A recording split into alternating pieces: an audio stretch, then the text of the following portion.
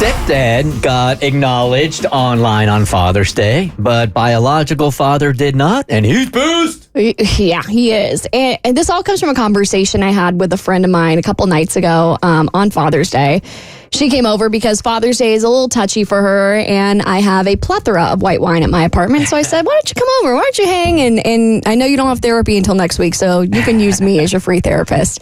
And it came down to a situation where I'm sure you've been in this position before, where your friend really is telling a story in a way where they think you're going to be on their side and they want you to be on their side, but you're just kind of sitting there being like, do I say how I really feel, or am I a good friend? And do I just side with them because I know that's what's going to make them feel better? And I've always wondered if therapists feel that same way. Like, do I validate this person so that they feel good and they come back? Or do I actually give them the hard truths that they need to hear? Somebody once told me before embarking on a conversation, and they actually use this advice for marriages, but it also works for, I think, friendships. When somebody's coming to you, you have to establish out the gate, all right, do you want me to just listen? Do you want me to agree and offer support, or do you want me to keep it real with you? Okay, good. Because the only questions I asked her were, do you want rosé or do you want Sauvignon Blanc? It's a good start. It's a very good start. Which, by the way, we went with Miraval Rosé. Very good. Angelina Jolie, despite the divorce, still kicking butt on that wine. It is tasty. I hate to admit it. So I poured her a glass of Miraval Rosé in one of my crisp wine glasses, and we sat down and she started talking about why Father's Day is so difficult for her. And her parents were married when they had her and her siblings, and then they got divorced at kind of a young age. And her dad kind of went not MIA physically, but kind of MIA emotionally for most of their childhood. And I'm not going to divulge a lot of her personal details, but that everyone can put themselves in that position. Dad kind of emotionally distant, not really there for her, not super great to the mom either support wise. And her mom ended up getting remarried. And now my friend has this really incredible and beautiful relationship with her stepdad. And so he kind of filled that role of that father figure for her for most of her young adult life growing up. And, I think has more of the typical relationship of a father-daughter situation with her stepfather.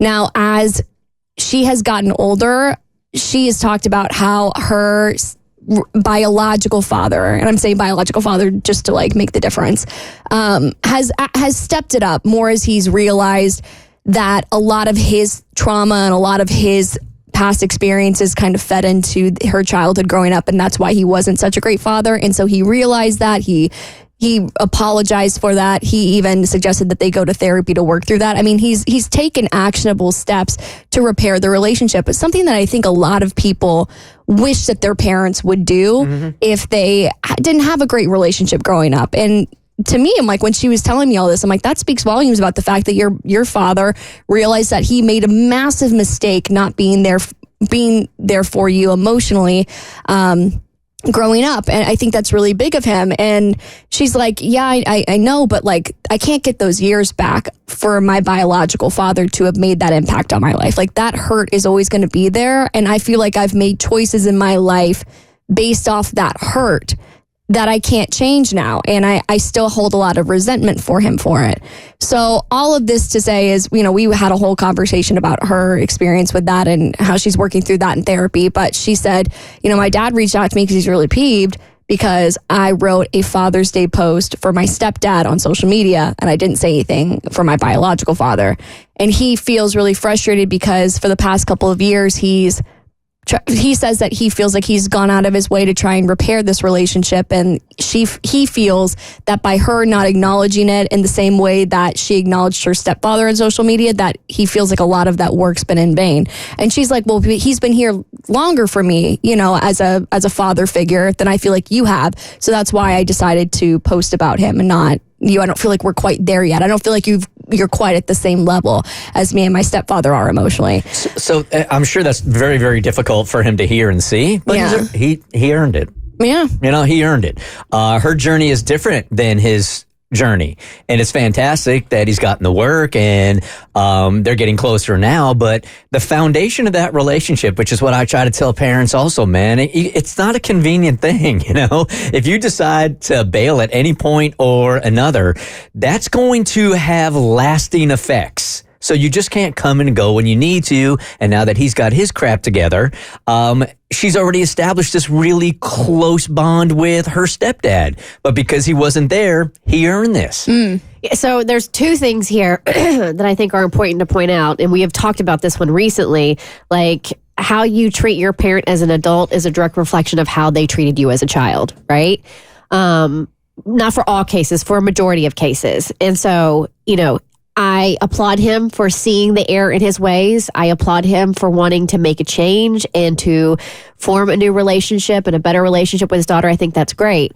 But it's going to have to be on her time. And then when it comes to the post about her stepdad, so because you two are working on your relationship, she's not allowed to make a post about her stepdad who's been with her the entire time. I'm a huge, don't make somebody else's compliment about you.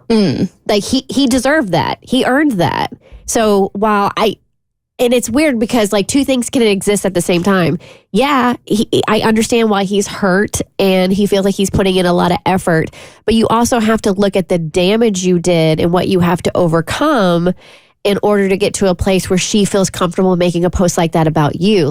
That's just it's not gonna happen overnight. I agree. I think you post who you feel has earned it. I think you post who you feel has had the more of the impact on your life. I don't think anything is wrong with that. I do understand the hesitation of it though, because I've kind of stopped posting as much for Father's Day in recent years because I'm in a similar situation with trying to balance having a father and a stepdad.